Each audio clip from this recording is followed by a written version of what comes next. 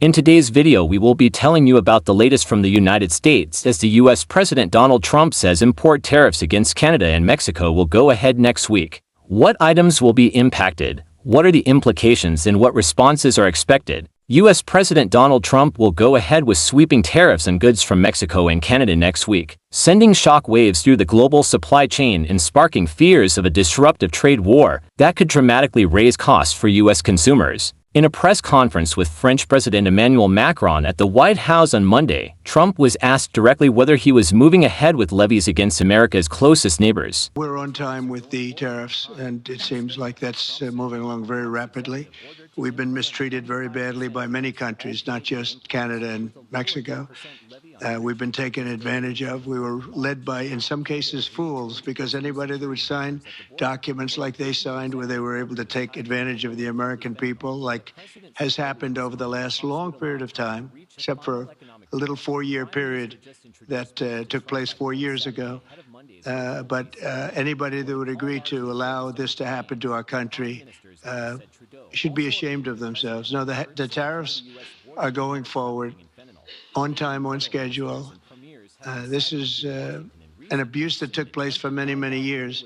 And I'm not even blaming the other countries that did this. I blame our leadership for allowing it to happen. I mean, you know, who can blame them if they made these great deals with the United States, took advantage of the United States on manufacturing, on just about everything. Every aspect that you can imagine, they took advantage of. I look at some of these agreements, I'd read them at night, and I'd say, who would ever sign a thing like this?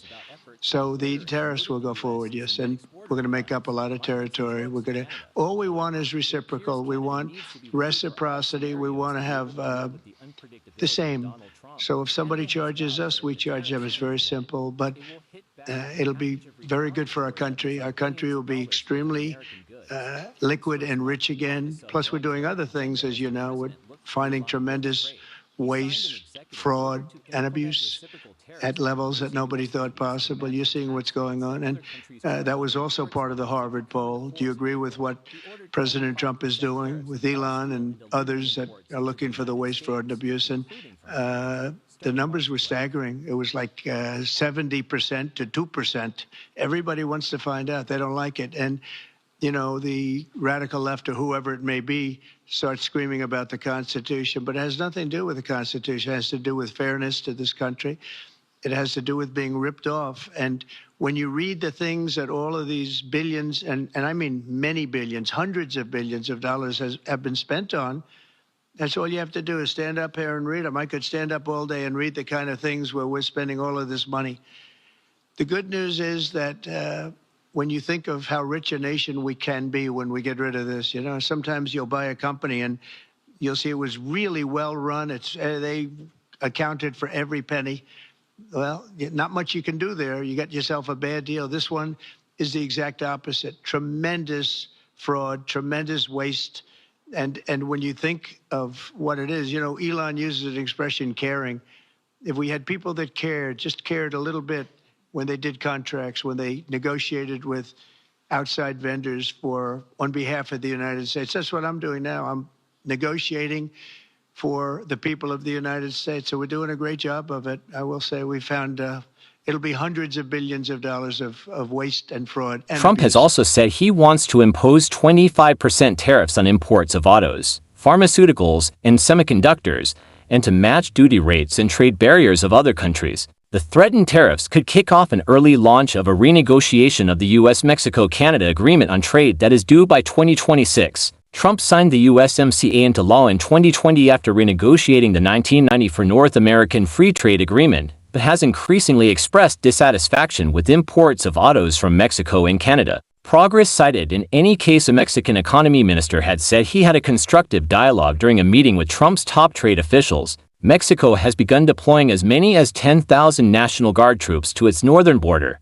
as part of the agreement that Mexican President Claudia Sheinbaum said also called on the U.S. to work to stop the flow of firearms into Mexico. Canada this month created a new fentanyl czar to coordinate the fight against smuggling of the deadly opioid, appointing senior intelligence official to the post. Ottawa also has reclassified drug cartels as terrorist entities and has deployed drones, helicopters, and other surveillance technologies on the vast northern U.S. border. Canadian Prime Minister Justin Trudeau has kept in close contact with Trump on the border issues in recent days, including in a Saturday call that included discussions of joint efforts to curb fentanyl trade. He has threatened retaliatory tariffs on $155 Canadian billion of U.S. imports, including American beer, wine and bourbon and Florida orange juice, but said last week that Canada is going to do the work to ensure that tariffs are not imposed. Trump had signed executive orders placing duties of 25% on imports from Mexico and Canada, except for a 10% rate on Canadian energy products. He imposed a 10% tax on all imports from China.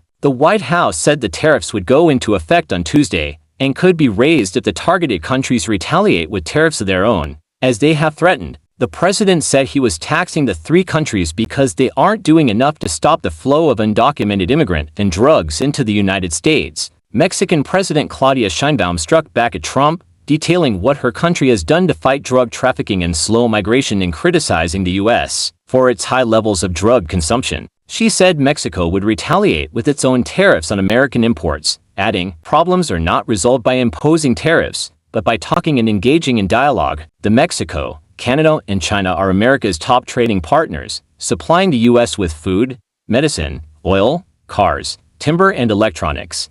What items are implicated and what items are the implications of the tariffs? Economists across the political spectrum expect tariffs to increase what consumers pay for a range of goods, including vehicles, electronics, produce, and lumber. Tariffs are paid by companies importing goods into the U.S., similar to a tax. A range of businesses from home builders to alcohol producers warned of the negative economic impact the tariffs would have for businesses and consumers following the tariff announcement. Imposing additional tariffs on these imports will lead to higher material costs, which will ultimately be passed on to home buyers in the form of increased housing prices. Further supply chain disruptions from increased tariffs coupled with increased demand for materials could also hinder rebuilding efforts in areas affected by natural disasters, which have been pledged to help rebuild as quickly as possible. While some businesses will look to source goods elsewhere, others with no alternatives will be forced to pay the fees. That means U.S. grocery stores will shoulder higher costs for fruits and vegetables grown in Mexico, home builders will pay more for Canadian lumber, and automakers will have to pay a tariff each time a component crosses the northern or southern border, which happens repeatedly during the production of a single vehicle. Companies will have to decide whether to pass these higher costs to consumers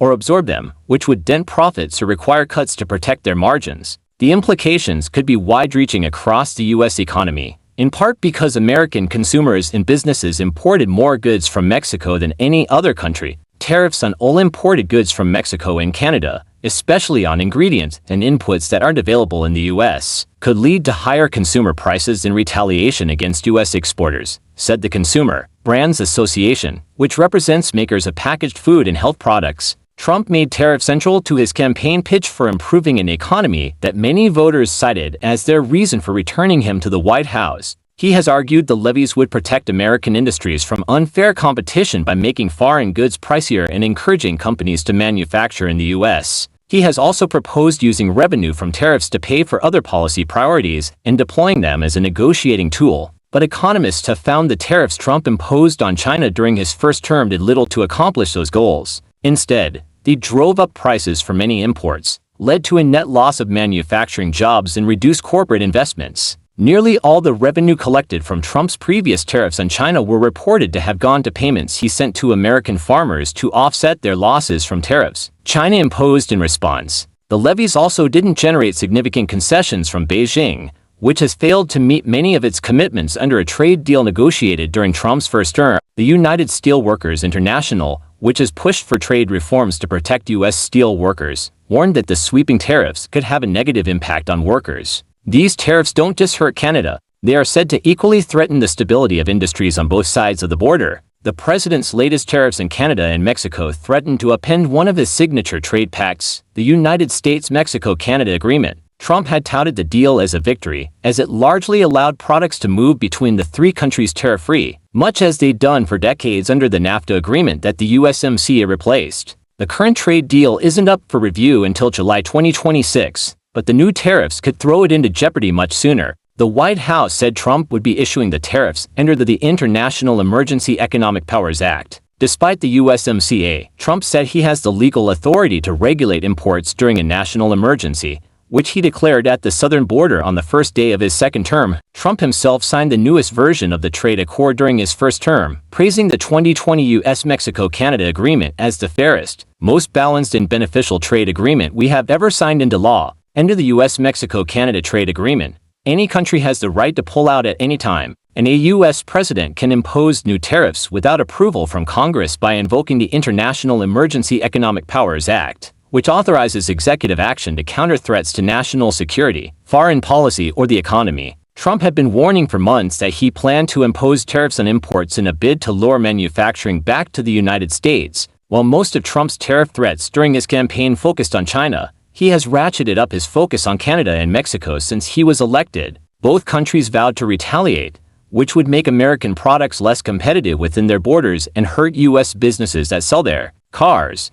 oil and gas, electronics, industrial equipment, and agricultural products are among the top U.S. exports to Canada and Mexico. Trump had said the tariffs against Mexico were due to the country's failure to stop fentanyl getting into the United States, as well as what he describes as uncontrolled migration. And that brings us to the end of today's video regarding the latest from the United States, as the U.S. President Donald Trump says import tariffs against Canada and Mexico will go ahead next week. What items will be impacted? What are the implications and what responses are expected? If you found this information valuable and you're eager for more most updated information and immigration tips to successfully migrate, then kindly like and share our videos and subscribe to this channel. Then don't forget to hit the notification button to have all our future videos. If you need help, however, with specifics or individualized services in particular, please feel free to contact us by electronic mail and let's create this success story together. Thank you and see you at the next video.